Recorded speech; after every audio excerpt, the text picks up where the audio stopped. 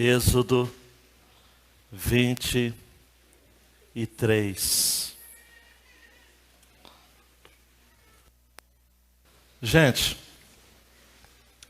hoje eu vou estar dando uma pausa, depois do culto, obviamente, da mensagem, com esta mensagem do livro de Êxodo.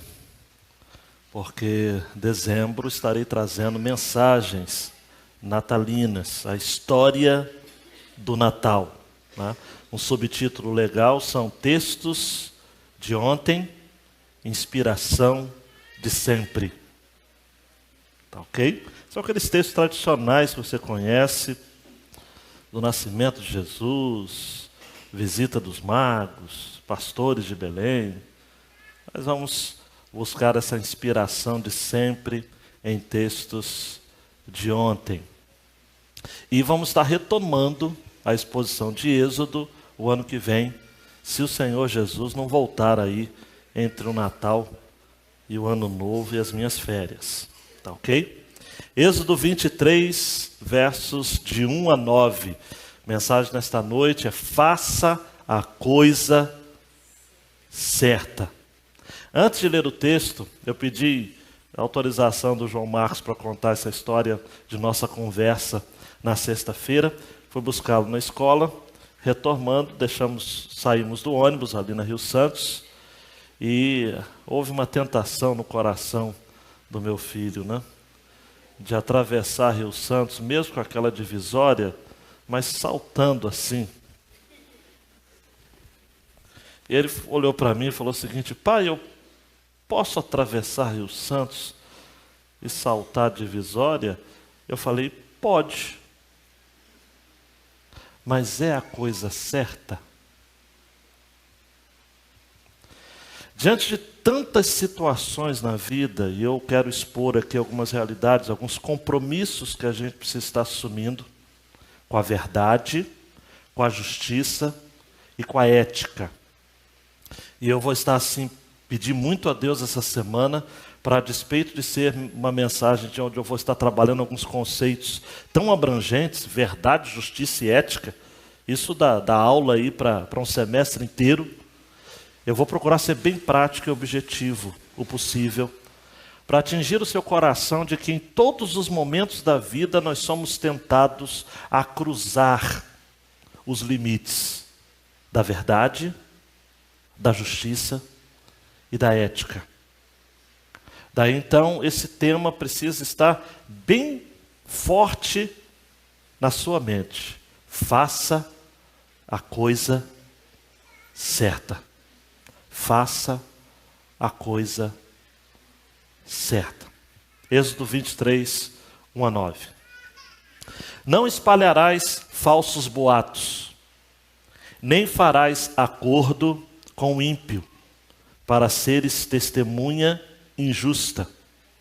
Não te juntarás à maioria para fazer o mal, nem darás testemunho em juízo que perverta a justiça para acompanhar a maioria, nem mesmo para favorecer o pobre na sua causa. Se encontrares desgarrado o boi do teu inimigo, ou o seu jumento, certamente o levarás de volta para ele. Se vires o jumento de alguém que te odeia, caído debaixo da carga, não deixarás ali. Certamente o ajudarás a levantá-lo. Não perverterás o direito do pobre na sua causa. Cuidado para não fazeres falsas acusações. Não matarás o inocente e o justo, pois não justificarei o ímpio. Não aceitarás suborno, porque o suborno cega os que têm vista e perverte as palavras dos justos. Não oprimirás o estrangeiro, pois sabeis como ele se sente, uma vez que fostes estrangeiros na terra do Egito.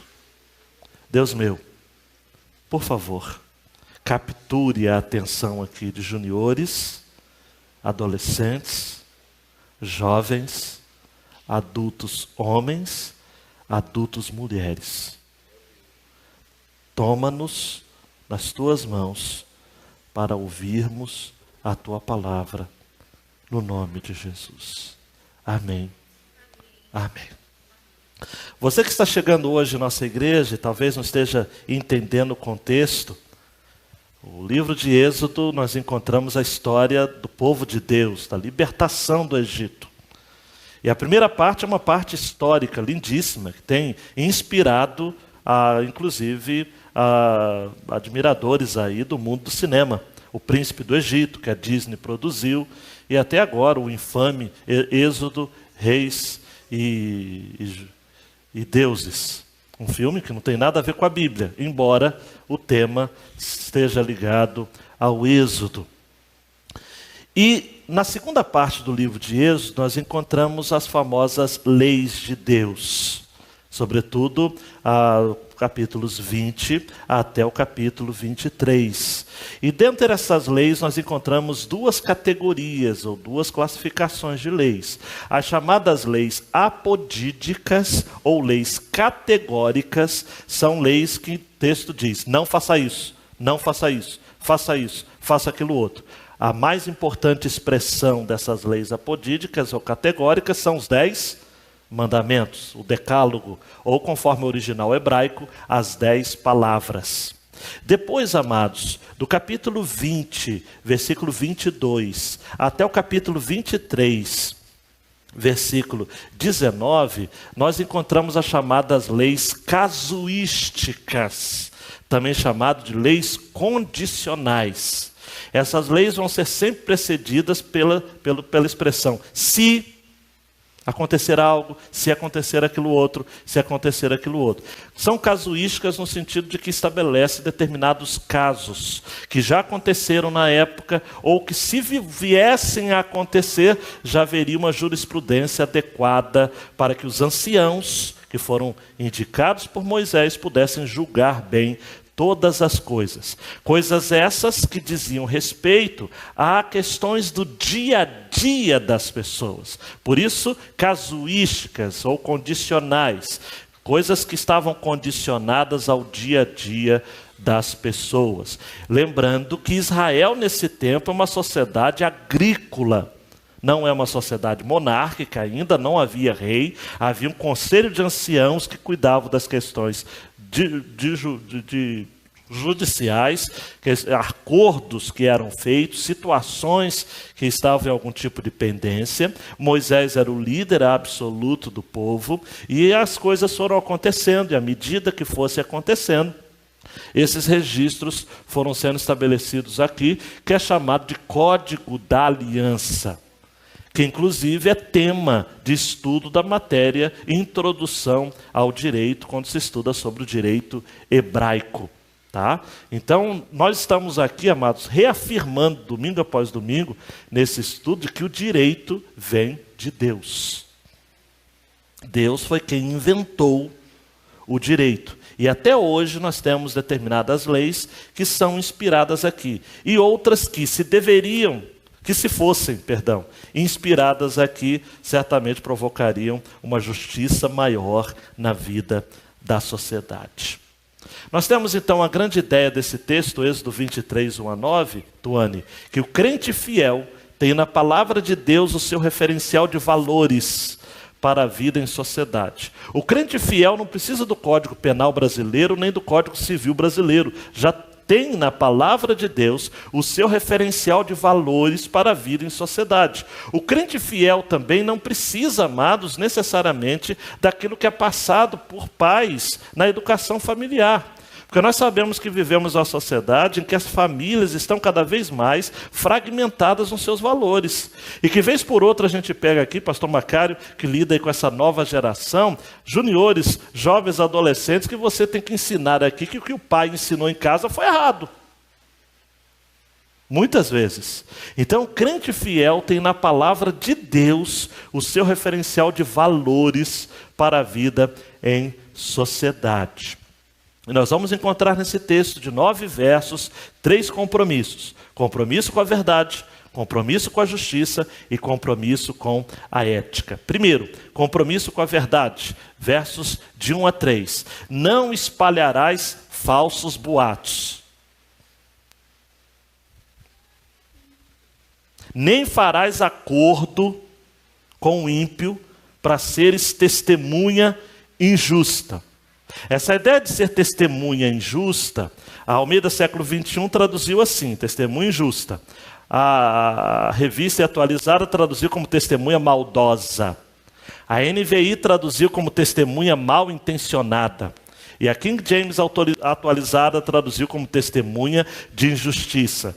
No original hebraico deveria ser traduzido assim, testemunha numa acusação de violência. A ideia é um veredito que seria fatal para o rei, então alguém se levantaria para testemunhar de maneira mentirosa, injusta ou desleal, para livrar o ímpio da sua condenação, que é certa. Você vai encontrar nos filmes americanos aquela cena da pessoa que vai prestar algum juramento, ele coloca a mão na Bíblia e fala, você promete dizer a verdade, somente a verdade, nada mais do que a verdade. O atentado, amados, contra a verdade, no que diz respeito à testemunha, é penalizada pelo nosso Código Penal, no artigo 342, como crime de perjúrio. E tem de 1 a 3 anos de detenção. Toda testemunha precisa se comprometer em dizer a verdade, porque se ela estiver dizendo inverdade, a mentira, diante do juiz, ela é passível de pena de prisão e de multa incluída. Essa lei do perjúrio no Brasil não atinge o réu, porque o réu não é obrigado a falar verdade sempre, porque ele não pode ou ele não tem a responsabilidade de gerar provas contra si mesmo. Mas isso no Brasil. Porque nos Estados Unidos, o réu também, se mentir, ele é penalizado como perjúrio. E outra coisa também que existe no Código Penal brasileiro, se for provado que a testemunha está mentindo na presença do juiz para receber valores financeiros, aí são agravantes terríveis que implicam em outras penalidades mais. Falar a verdade, apenas a verdade, nada mais do que a verdade, sem espalhar falsos boatos. Isso existe, amados, um tempo onde nós temos essa questão dos falsos boatos, campanha eleitoral, é o que acontece. A crise que existe, amados, de verdade na nossa sociedade, faz com que determinados candidatos, para angariar votos, tentem, isso é uma palavra bonita que os jornalistas inventaram, desconstruir a imagem do seu oponente. No Rio de Janeiro a gente viu isso no segundo turno, Crivella e Freixo.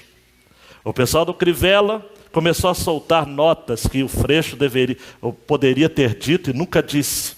Por exemplo, uma frase clássica que ficou atribuída a Freixo, e quanto mais que ele falasse que nunca falou, ficou empinjado ou ali colado à sua imagem, é que ele teria dito que se você for assaltado, entregue tudo que você tem ao ladrão, porque ele é uma vítima da sociedade. Ele nunca disse isso. O Freixo tem defeitos, como todos nós humanos o têm. Ideologicamente, ele é, de fato, contrário aos nossos pressupostos cristãos. Mas espalhar falsos boatos é pecado. É um atentado contra a verdade. É o mesmo que o pessoal do Freixo fez com Crivella, dizendo que o Crivella teria dito que preto é dado à prostituição e macumba. E a bebida, cachaça. Obviamente ele nunca disse isso, ficou colado na imagem dele que disse. E isso eu só estou citando duas das mensagens. E as pessoas pegam no WhatsApp e compartilham. Olha o que o Freixo disse, pastor. Olha o que o Crivella disse. E compartilham com o outro. Nós precisamos ter compromisso com a verdade. Versículo 2: não te juntarás à maioria para fazer o mal, nem darás testemunho em juízo que perverta a justiça para acompanhar a maioria, nem mesmo para favorecer o pobre na sua causa, nem que seja, amados, por uma boa causa. Tem gente que fala o seguinte: pastor, eu menti, mas era uma boa causa, era uma causa do pobre. Não. Você vai ser penalizado por crime de perjúrio, não é, François? e também será condenado diante de Deus. Porque o nosso Deus tem compromisso apenas com a verdade. O mandamento, o 9º mandamento é explícito, Êxodo 20:16. Não dirás falso testemunho contra o teu próximo. Martinho Lutero, traduzindo, interpretando, comentando este mandamento, disse: assim temos agora a suma e o sentido geral desse mandamento, que ninguém deve causar dano ao próximo com a língua. Quer se trate de amigo, quer de inimigo, nem deve falar mal dele, pouco importa se é verdade ou mentira, a menos que seja decorrência de mandato ou vise a melhorar. Cumpre, ao contrário, fazer uso da língua para falar o melhor a respeito de todos, encobrir seus pecados e fragilidades, excusá-los e os embelezar e velar com a sua honra. É fato, amados, de que nós não devemos causar dano a ninguém com a nossa língua. No uso da mentira, então, isso atenta contra aquilo que o próprio Jesus disse em João 8,44 a respeito da origem e o fim de quem é dado a mentira. Vós tendes por pai ao diabo, João 8,44, e quereis satisfazer os desejos de vosso pai. Ele foi homicida desde o princípio, não se firmou na verdade, porque não há verdade nele. Quando ele profere mentira, fala do que lhe é próprio, porque é mentiroso e pai da mentira.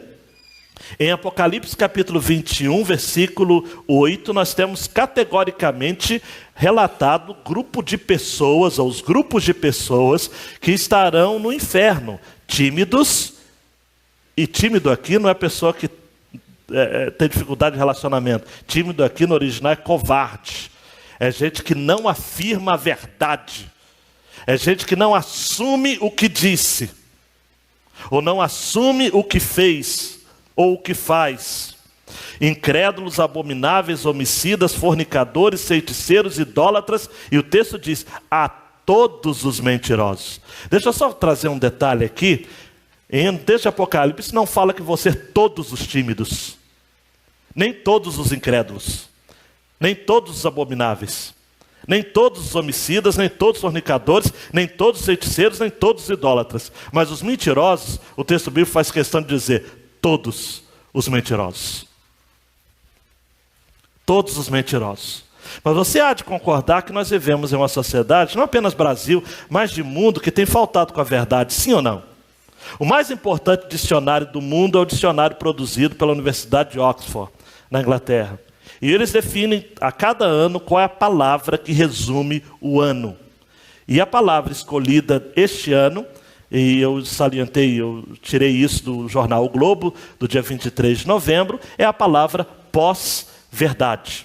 Post-truth, pós-verdade.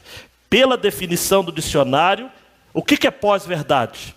É algo que denota circunstâncias nas quais fatos objetivos têm menos influência para definir a opinião pública do que pela emoção ou crenças pessoais. Em outras palavras, a verdade perdeu valor. Nós não nos guiamos mais pelos fatos, nós nos guiamos pela emoção e crenças pessoais, pelo que escolhemos ou queremos acreditar do que é a verdade. Nós dizemos a sociedade de Pilatos, que para Jesus perguntou, o que é a verdade? E Pilatos não estava interessado em conhecer a verdade, estava apenas questionando, existe uma verdade? E sem contar que você vai ouvir também, nos papos aí de corredores de academias e salões aí de beleza e redes sociais, o que é verdade para mim pode não ser verdade para você. É a relativização da verdade. Mas Paulo vai dizer em Efésios 4:25, por isso deixai a mentira e falai a verdade, cada um com seu próximo, porque somos membros uns dos outros. Provérbios, capítulo 6, versículo 16 e 19, fala de 6 coisas que o Senhor odeia, e a 7ª que a sua alma abomina. A 6ª coisa que o Senhor mais odeia no mundo é a testemunha falsa que profere mentiras. Olhe para mim, amados. Seja escravo da verdade. Não espalhe falsos boatos. Não faça acordo com o ímpio para ser testemunha infiel. Não se junte à maioria para fazer o mal. Mesmo que a maioria esteja. Não é porque a maioria crê numa coisa que é verdade. A gente não pode esquecer de que o caminho largo é que conduz à perdição. Nem para favorecer um amigo. O governo nosso, do presidente Michel Temer, sofre porque é um governo de amigos. Já caíram 6 ministros. Alguém já deu um conselho dizendo o seguinte: não contrate amigos para trabalhar para você. Porque você não pode contratar alguém que você terá dificuldade em demiti-lo. E a coisa mais difícil é demitir um amigo.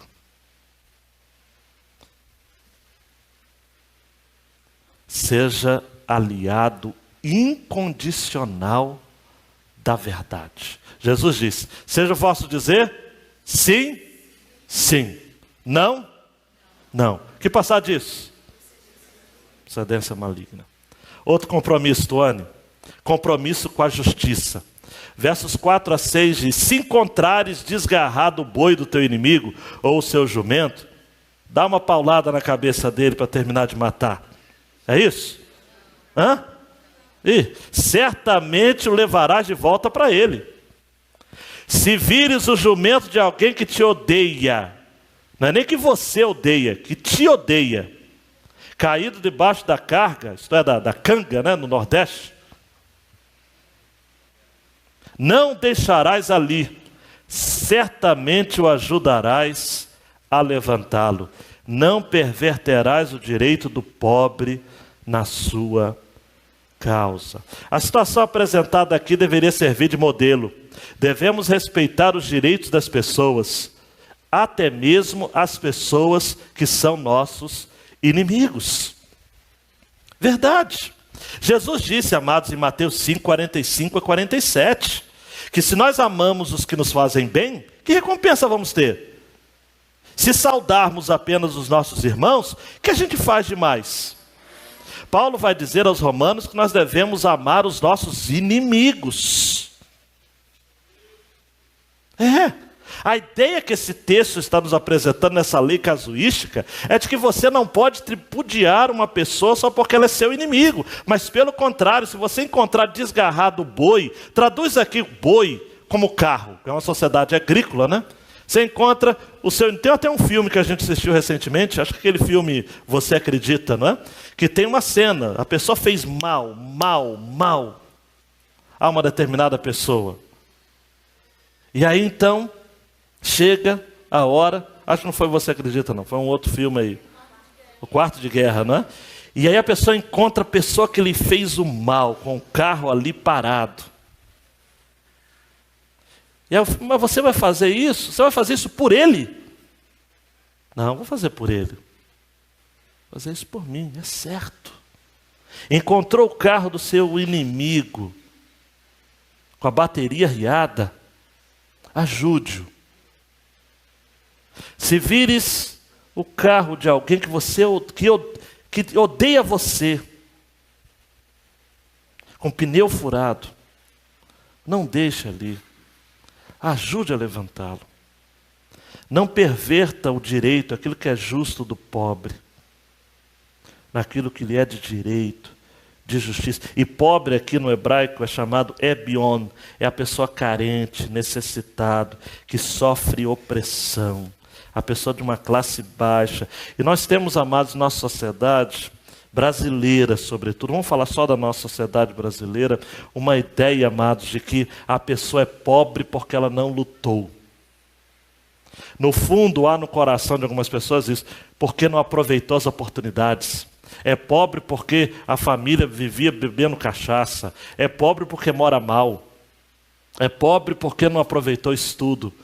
Numa sociedade como a nossa, mas nós não podemos dizer que as pessoas pobres são produto do meio onde elas vivem. O que acontece é de que alguns têm determinadas oportunidades, aproveitam essas oportunidades, outros não têm oportunidades mesmo. Nós vivemos uma sociedade de exclusão. A história do Brasil é uma história de exclusão.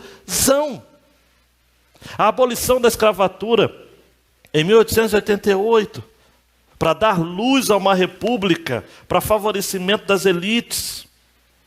Os negros foram alforriados, amados, sem nenhum direito. A Lei Áurea, assinada pela princesa Isabel, estão livres a partir de agora todos os escravos. O Brasil não tinha escravo, foi aquela a festa toda. Mas como é que os negros foram arrumados na sociedade? Foram todos eles isolados para morar nos cantões da sociedade, depois foram expulsos ali, constituíram as favelas, os imigrantes brancos foram trazidos para branquear a sociedade brasileira, sem oportunidades de dar trabalho a quem já estava trabalhando na construção da nossa identidade brasileira. A história brasileira é uma história de assaltos, sobressaltos, golpes e exclusões. Os pobres precisam ser lembrados. Provérbios 25, 21 vai dizer: se o que te aborrecer tiver fome, dá-lhe para comer. Se tiver sede, dá-lhe água para beber, porque assim amontoarás brasas vivas sobre a sua cabeça. Jesus disse em Mateus 5, 38 até 42, vocês ouviram o que foi dito, olho por olho, dente por dente. Eu porém vos digo, a qualquer que te ferir a tua face direita, volta-lhe a outra. Que demandar contigo tirar a túnica, dá também a capa. Se te obrigar a caminhar uma milha, vai com ele duas. Dá a quem te pede, não voltes as costas ao que deseja que lhe emprestes. A questão do cuidado que a sociedade precisa ter em relação aos pobres era do direito hebraico. Levítico 19:10, não repulgarás a tua vinha, nem colherás os bagos, as espigas caídas da tua vinha. Vai deixar para quem? Para o pobre e para o estrangeiro. Quando eram feitas as colheitas, as do canto e todas aquelas que caíam eram destinados aos pobres. E Deuteronômio 15:11, o texto diz: nunca deixará de haver pobres na terra. Por isso, abrirás livremente a mão para o teu irmão, para o necessitado, para o pobre na terra. Mas a pergunta que não quer calar, amados, quando a gente lê um texto desse é o seguinte: quais os direitos do pobre que a nossa sociedade contemporânea vem negligenciando? Vários.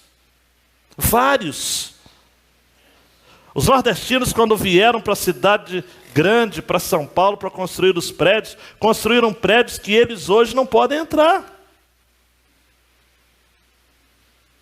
Construíram universidades que seus filhos não têm condições de entrar. Tem gente que questiona a questão das cotas, eu não vou ficar entrando em detalhes aqui, mas é uma tentativa de reparação de algo histórico. Vai resolver? É assim mesmo? Precisa melhorar? Talvez precise, sim. Mas de alguma forma a nossa sociedade, o nosso governo precisa reparar os atrasos de uma história toda de intolerância para com os pobres. A universidade pública, que em tese deveria atender o pobre, atende o filho do rico, porque estuda em escolas melhores. Porque o ensino público do Brasil é uma pontinho. Por quê? Há um erro lá atrás. A nossa sociedade trata mal, gente, os pobres. Foi feita uma pesquisa, uma dissertação de doutorado numa escola na USP, em São Paulo, acerca da invisibilidade pública. Um professor, doutor, amados, fez questão de se vestir de funcionário na escola. Ele já era professor há um tempão. E ele nunca foi visto, não foi saudado, não foi reconhecido, não foi dado nem bom dia. Foi ele trocar de roupa, ele foi chamado de professor, de mestre. O pobre no Brasil não tem espaço, não é visto, não é lembrado. Nós, amados, somos capazes de, eu já disse isso várias vezes aqui, A gente assiste Datena comendo. Carne boa. Porque a gente não se sensibiliza mais. O problema da miséria, ela é tão explícita no nosso país, a injustiça, que já não choca mais. Não choca mais. Manuel Bandeira tem uma famosa poesia, O Bicho. Vi ontem um bicho na imundícia do pátio, catando comida entre os detritos. Quando achava alguma coisa, não examinava nem cheirava, engolia com voracidade. O bicho não era um cão, não era um gato, não era um rato. O bicho, meu Deus, era um homem.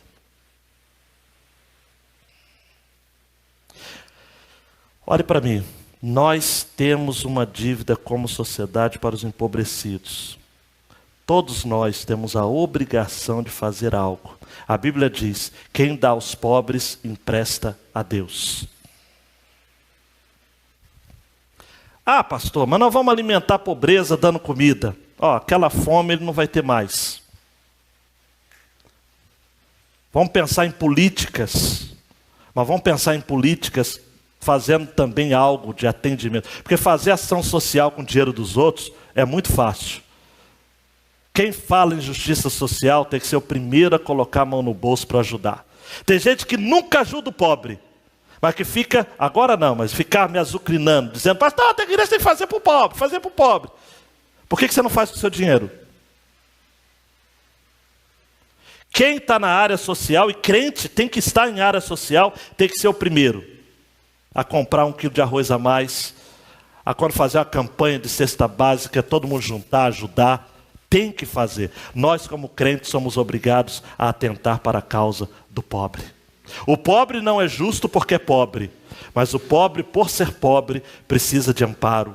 E esse amparo precisa ser pessoal. Porque Jesus disse, em João, 1 João, se você ver o seu irmão necessitado, passando por necessidade, se você tem bens deste mundo, se pois você que tem bens neste mundo, o texto diz, ver o seu irmão necessitado e cerrar o seu coração, o amor de Deus não está em você. E aí João falou uma coisa pesada, depois deu uma aliviada. Filhinhos, amemos de verdade, não apenas de palavras. Vamos combinar uma coisa? Compromisso com a justiça começa em casa. Se você permite que o seu filho faça troça do seu coleguinha empobrecido, e você não faz nada para corrigir, você está criando um intolerante. Que amanhã ou depois vai botar fogo nos mendigos. Porque quem botou fogo nos mendigos lá em Brasília são filhos de classe média alta. Ele fala, a educação vai resolver os problemas da justiça. Não, é caráter.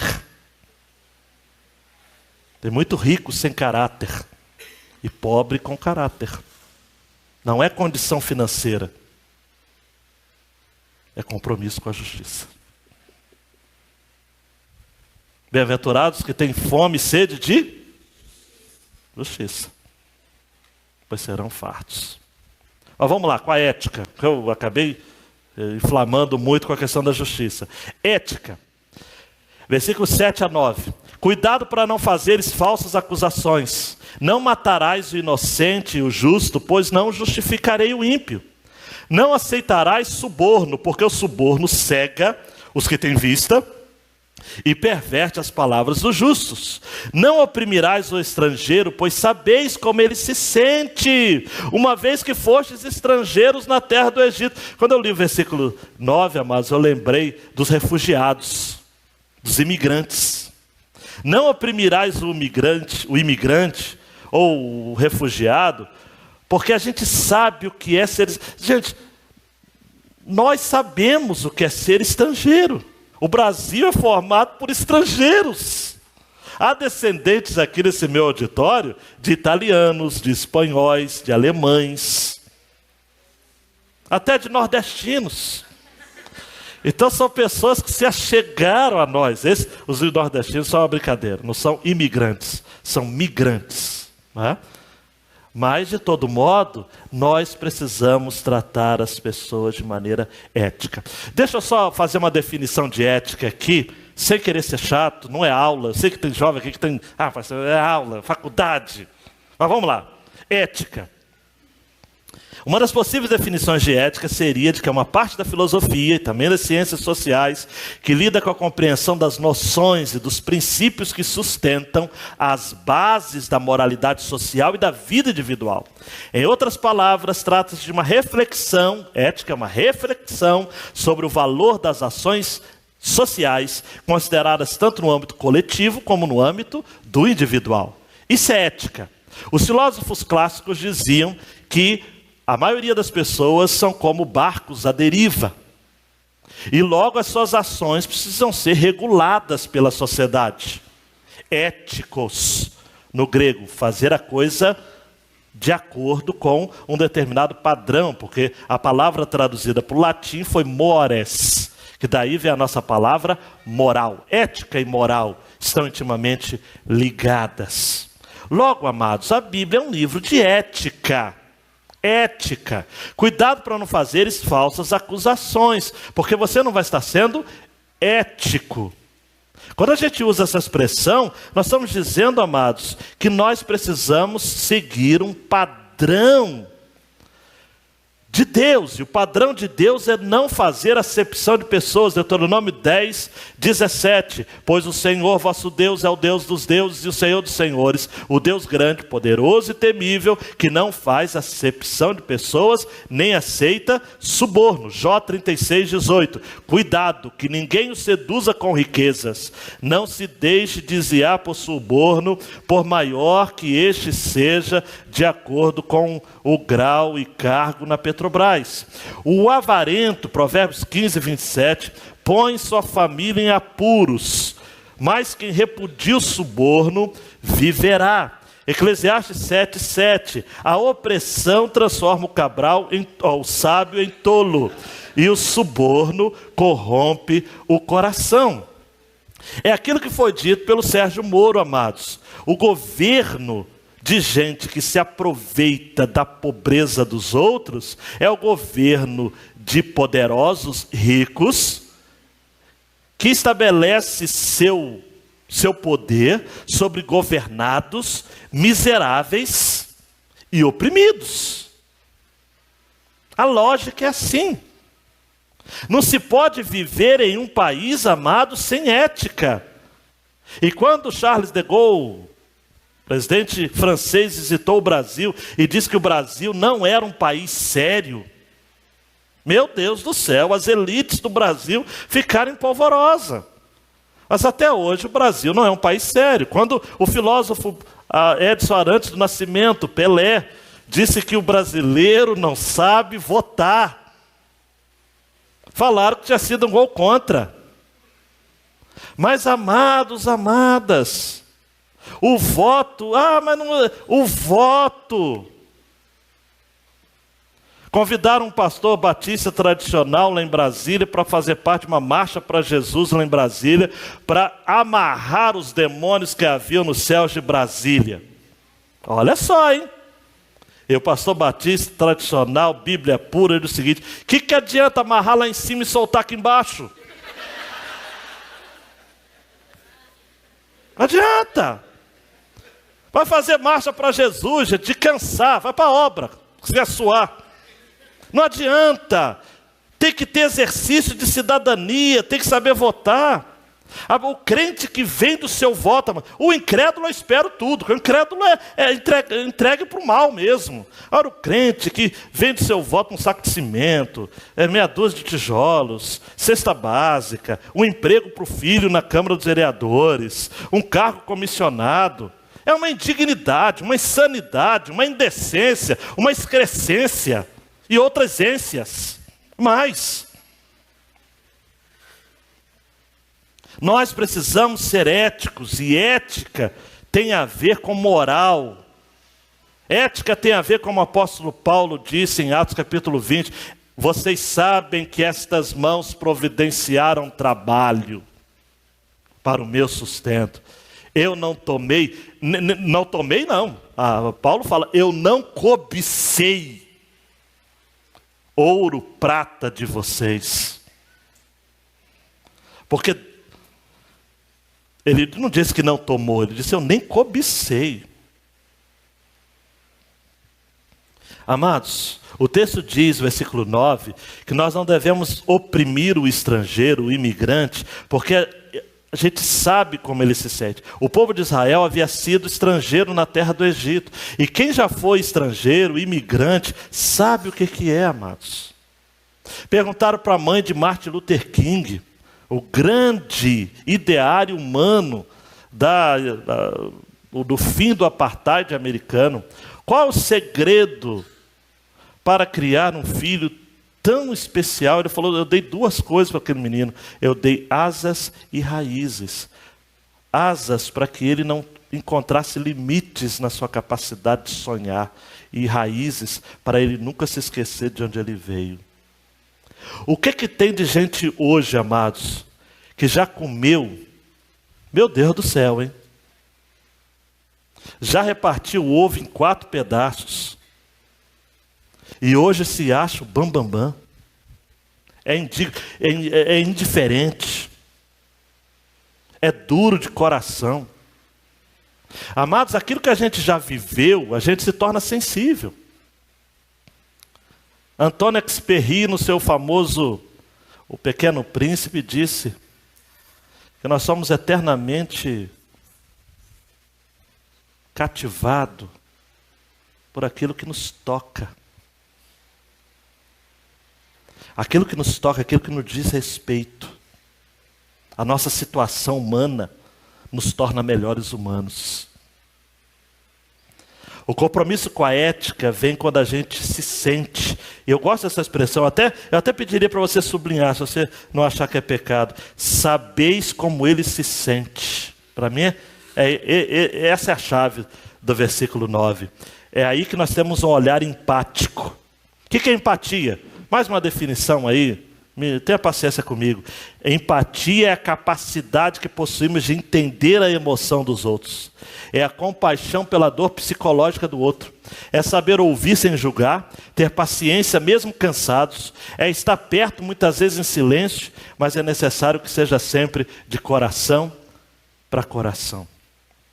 Paulo disse aos Filipenses que nós devemos considerar os outros superiores a nós mesmos. E disse aos Coríntios, no Salmo do Amor, que o amor é paciente, é bondoso, não inveja, não vangloria, não se orgulha, não maltrata, não procura seus interesses, não se ira facilmente, não guarda rancor, não se alegra com a injustiça, mas se alegra com a verdade. Em outro texto, Paulo ensina o que é esse olhar empático, ao dizer, Romanos 12:15, alegrai-vos com os que se alegram, e chorai com os que choram. Compromisso com a ética. A ética humanizada. A ética que faz com que você se coloque no lugar do outro. O que essa pessoa está sentindo? O que essa pessoa está vivendo? Ela não é diferente de mim absolutamente. Amados, olha para mim. No que diz respeito ao enfrentamento com a situação humana das pessoas, não importa se você estudou em universidade, se você tem título, se o seu salário é bom ou mau, é gente como você. Tem que ter ética. Tem que ter respeito. Nossa sociedade está faltando ter respeito. A palavra respeito eu já ensinei aqui. Vem do latim que significa olhar segunda vez. O respeito é aquilo que faz você fixar o seu olhar na causa da pessoa e pensar, poderia ser eu, poderia ser meu filho, poderia ser minha esposa. Respeito. Vamos às aplicações? Tuane, primeiro, os boatos na internet têm de ser alvo de sua atenção. Seja um defensor explícito da verdade. Mateus 5,37, seja a tua postagem no WhatsApp, sim, sim, não, não. O que disso passar vem do maligno. Um dia eu questionei um colega, pastor, amados, porque ele estava colocando aquelas mensagens, boatos de ofertas de trabalho. Estão contratando, aí colocava aquela lista toda. Eu perguntei para ele em privado, falei, meu colega, é verdade essas vagas? Ele falou, não sei, eu não preciso de trabalho, eu já tenho, quem quiser que ligue. Infeliz. Uma pessoa dessa não vai ser meu amigo. Se você só deve compartilhar uma mensagem depois de conferir. Alô? Estão doando córneas no hospital de Sorocaba. O hotel do Ike Batista está doando beliche. A Verome está contratando. A Brasfel está contratando. Liga. Fulana de tal está precisando de sangue AB. Liga. Ah, pastor, eu não tenho nada a ver com isso, quero perder meu tempo. Então não compartilha. Apaga. Porque quem compartilha boato, boateiro é. Mentiroso. Segundo, eu até caio também nisso. O Shed morreu 2 vezes.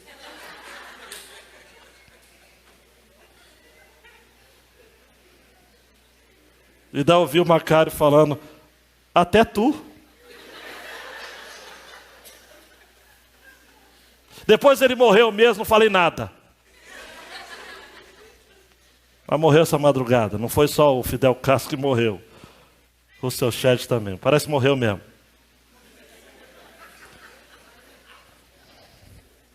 Meu Deus. Cuidado com a maioria. Conforme já disse um poeta sarcástico, que é indigno do seu nome ser dito nesse púlpito da Ibacem, toda unanimidade é burra.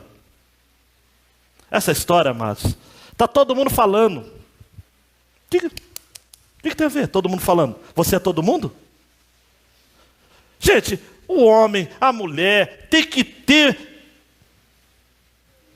caráter. Tem que pensar pela sua própria cabeça. Tem que parar de pensar com a cabeça dos outros. Não, versículo 2, né? Não te juntarás à maioria para fazer o mal. Não. Maioria não. Faz o que é certo. Faz o que é certo. Amados, eu vou compartilhar um testemunho aqui, agora eu posso falar. Mas assim, não quero ficar colocando a carapuça em ninguém. Eu não estou aqui como um metaleiro da fé. Mas metralheiro, né? Metaleiro é roqueiro. Há algum tempo atrás, estava muito incomodado com os nossos computadores aqui da igreja, que não tinham o Windows original, e nem o pacote do Office. E o meu, pessoalmente, também não. Eu falei, se a gente está falando em verdade, justiça, ética, antes mesmo de preparar essa mensagem, eu falei, a gente precisa consertar isso. Chamei a pessoa que está me ajudando, falei o seguinte, faz uma pesquisa Microsoft para a gente comprar o sistema operacional da Windows. Pastor, a pessoa já falou comigo, pastor, é caro. Eu falei, não importa, se é caro, se é barato, a gente tem que fazer. E do Office também, que eu vou colocar nas minhas máquinas também. A gente está em um processo de mudar, acredito que essa semana a gente já vai estar dando um avanço considerável. Parece até que a gente pode vir a ganhar algum desconto com pessoa jurídica. Mas já pensou aqui no culto, amados? Computador da mídia, computador da secretaria, com Windows pirataço? Office também? Office já resolvemos. Os sermões, o sermão foi preparado com o Office original. Está até mais santo. Ungido. Estou sentindo até um fogo diferente aqui. E o Windows também. Ah, pastor, mas o Windows é caro, eu não tenho condições, meu computadorzinho. Não sei, eu só estou falando o seguinte, cuidado com a maioria. Todo mundo usa Office pirata. Ah, pastor, eu não tenho como, usa um Office free. Ah, mas é ruim. Não sei. Verdade, justiça e ética. Se tem condições, tem. Se não tem. É igual a pessoa colocar em WhatsApp da igreja, dizendo o seguinte, está tendo blitz na Praia do Anil. Não precisa avisar. O infeliz tem que ser pego, preso mesmo. Porque é crente e está andando com o carro sem habilitação. Com a moto sem habilitação. Eu não aviso nada. Que pegue. Não tem dinheiro para pagar, deixa o carro em casa e anda de bom fim. Você vai chegar no mesmo lugar. Tem que sair mais cedo. Cuidado com a maioria. Tony, a miséria com que vive alguns dos nossos conterrâneos precisa lhe incomodar. Como diz um hino nosso, a vil miséria insulta os céus. Provérbios 14, 21 diz, quem despreza o próximo comete pecado, mas como é feliz quem trata com bondade os necessitados. Preste atenção, amados, nós temos que tratar com bondade os necessitados. Ah, pastor, eu não ajudo não, porque senão não vai sair da minha frente. Distante da realidade cristã. Eu penso o seguinte, amados, tem condições de ajudar, ajude.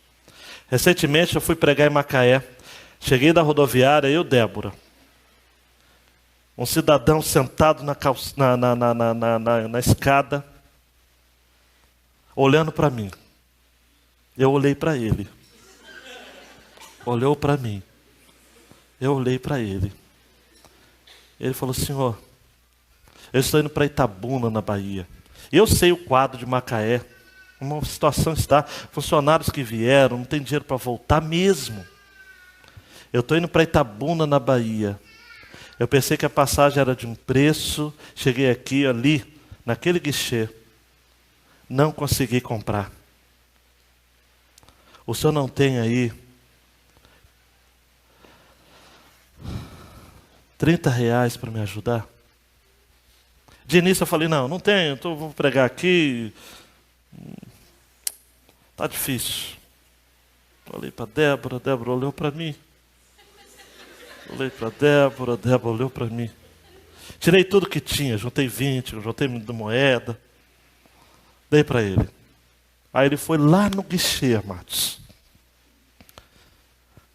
A gente conversando, Débora e eu, fui tocado aí atrás dele. Lá no guichê. Perguntei para a moça, moça, o que está vendo? Está certo agora? Está, agora ele já tem o dinheiro da passagem. Ele estava chorando, amados. Olhou para mim e falou o seguinte, obrigado. Porque comprei a minha passagem, estou até com dinheiro que dá para comprar algum lanche na viagem. Não sei, Macaé e Itabuna, o cara deve viajar o quê? Uns 2, 3 dias.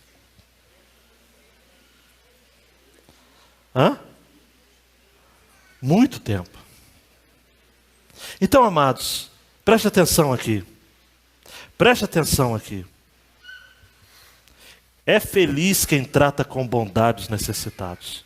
Ah, pastor, cansei de ser passado para trás. Que bom que você tem dinheiro para ser passado para trás. O miserável não tem. Eu quero ser enganado com dinheiro, podendo depois ajudar outro, ou sem me fazer falta.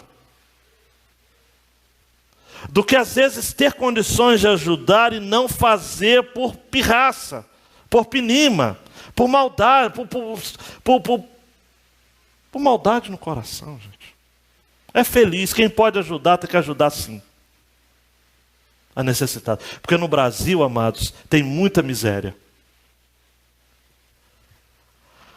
No Brasil tem muita miséria. Mais uma.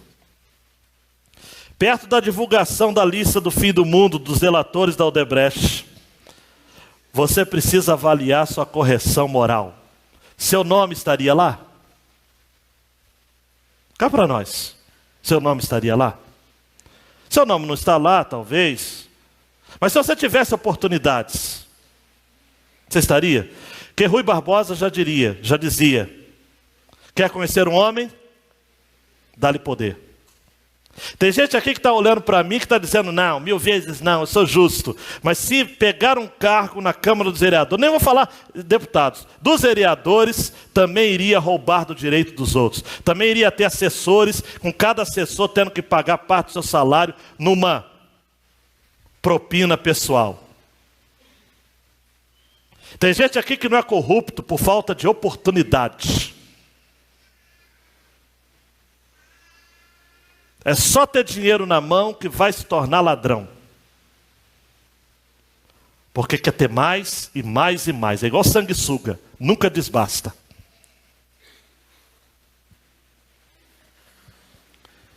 Cuide do seu nome, tá? A melhor coisa que você tem é o seu nome.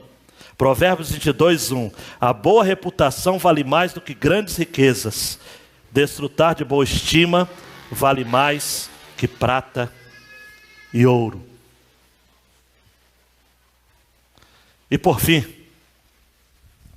uma frase certeira de David Oates Fuller, para a alegria dos dispensacionalistas. Se você fosse acusado de ser um cristão, haveria provas suficientes para condená-lo? Quando eu li essa frase, amados, eu pensei imediatamente em Daniel. Daniel 6, 3-5, vai dizer de que investigaram a vida de Daniel e descobriram o seguinte, olha, ele é fiel, cara, não é desonesto, não é negligente. E Daniel 6:5. Finalmente esses homens disseram, jamais encontraremos algum motivo para acusar este Daniel, a menos que seja algo relacionado com a lei do Deus dele. Eu fico pensando isso acontecendo na nossa vida. E a gente sendo investigado, e as pessoas chegarem à conclusão de, olha, esse cara paga os impostos, esse cara é correto, é verdadeiro. A única coisa que a gente tem que dizer dele é que ele é crente. Ele é crente. A frase, Tuane, o crente fiel tem na palavra de Deus o seu referencial de valores para a vida em sociedade. E eu quero terminar com um trecho do filme ou do livro O Peregrino. Se você já viu, você vai se lembrar. Se não, fica a dica. O cristão e o seu companheiro fiel vão até a feira das vaidades. E lá eles são submetidos a muitas questões e terminam numa sala de júri. Meus queridos advogados e futuros. Esse júri tinha as seguintes testemunhas: cegueira, injustiça, malícia, lascívia, libertinagem, temeridade, altivez, malevolência, mentira, crueldade, ódio à luz e implacável. Todos emitiram juízos condenatórios contra o pobre fiel. Esse homem herege, ele me aborrece, disse malícia. Eu nunca pude encarar com ele, disse lascívia. Forca com ele, disse temeridade.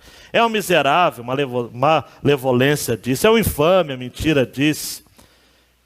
Crueldade, disse. É um grande favor que a gente tem em enforcar esse homem.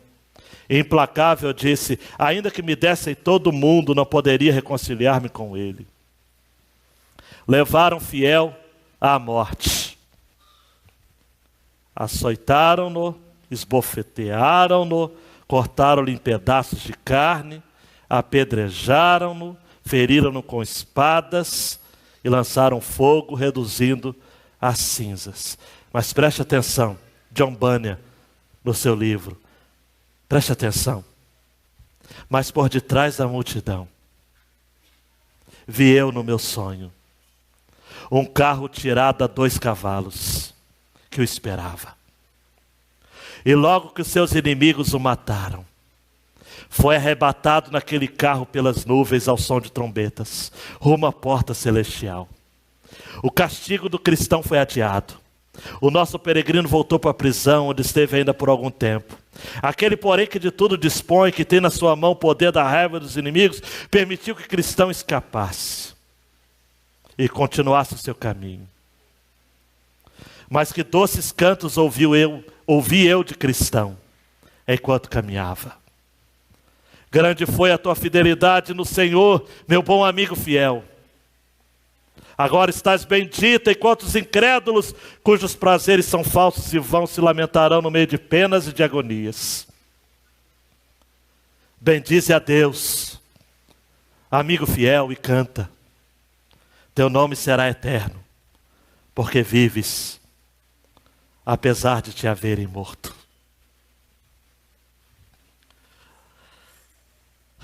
Amados e amadas, mesmo vivendo em uma sociedade que não quer viver de acordo com Deus, assuma o compromisso com a verdade, com a justiça e com a ética. Porque mesmo que os homens maus dessa sociedade, seus inimigos, e eu comecei o culto falando seus inimigos, tramarem contra você, você terá o mesmo fim do fiel, amigo do cristão. Mesmo que te matem, nunca irão acabar com seu nome, com seu legado. E vão dizer de você o mesmo que Jesus disse a respeito da igreja em Apocalipse: ser fiel, pois, até a morte, e dar-te-ei a coroa da vida. E você vai poder dizer: valeu a pena ser fiel ao meu Deus. E aí os mais antigos cantavam: serei fiel ao meu Jesus, serei fiel. Serei fiel ao meu Jesus, serei fiel.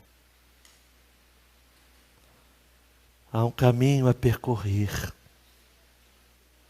há uma vitória a alcançar. A cada dia, ao meu Jesus, serei fiel. Abaixa a cabeça, meu querido e minha querida, por favor.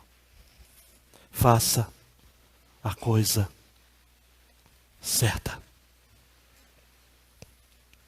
Faça a coisa certa.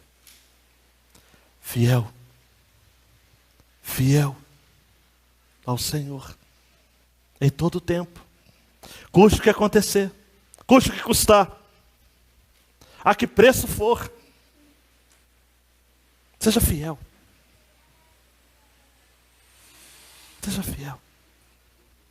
Eu quero nesta noite fazer esse apelo só para quem tem coração mesmo. Esse apelo é para quem tem coragem. Para quem tem sangue que corre nas veias. Quem que vai dizer: olha, aconteça o que me acontecer, eu jamais serei parceiro da mentira, do erro. Eu não vou me relacionar com alguém que não é meu marido. Eu não vou me relacionar com alguém que não é minha esposa. Eu não vou colocar no bolso dinheiro que não é meu. Eu não vou mentir, mesmo que seja para proteger alguém que seja pobre. Eu não vou. Eu vou ser verdadeiro. Eu vou falar sim, sim. Não, não.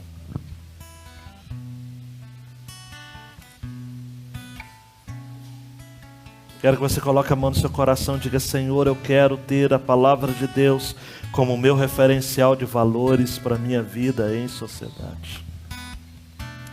Eu não quero de maneira nenhuma transigir com as suas leis. Eu quero ter um bom nome, porque mais vale um bom nome do que muitas riquezas. Eu não quero ver o pobre, o necessitado na minha janela e eu não fazer algo por ele. Eu não quero não fazer nada só porque eu não posso fazer tudo. Eu não quero andar de acordo com a maioria. Eu quero ter opinião própria